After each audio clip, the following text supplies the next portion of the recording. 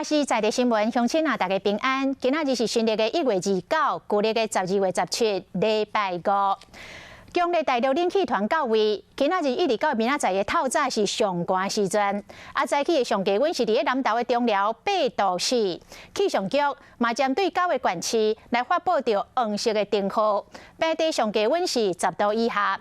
加在这波的冷空气并无来夹到水汽，是属于大冷的天气，所以无机会来落雪。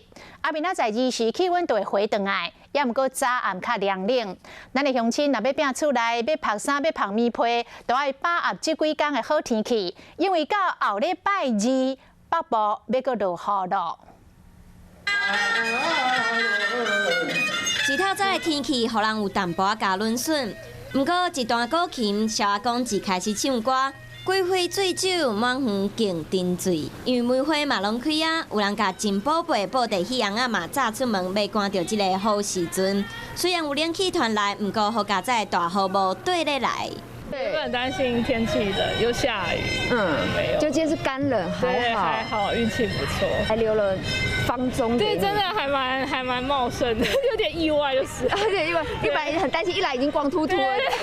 透早上低温，南投中寮8度4，马祖8度半。气象局针对新竹、苗栗、台中、彰化、南投、云林、嘉义县市、金门29号到30号透早发布平地上低温10度以下的黄色灯号。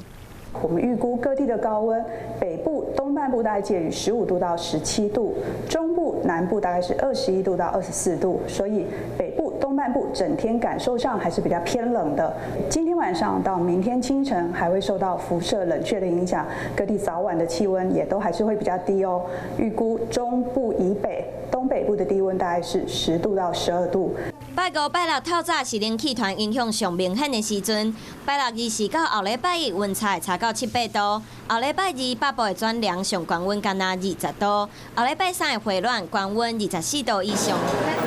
今仔日和明仔载特别寒，来一碗小火火的米粉汤，也是人间上着味。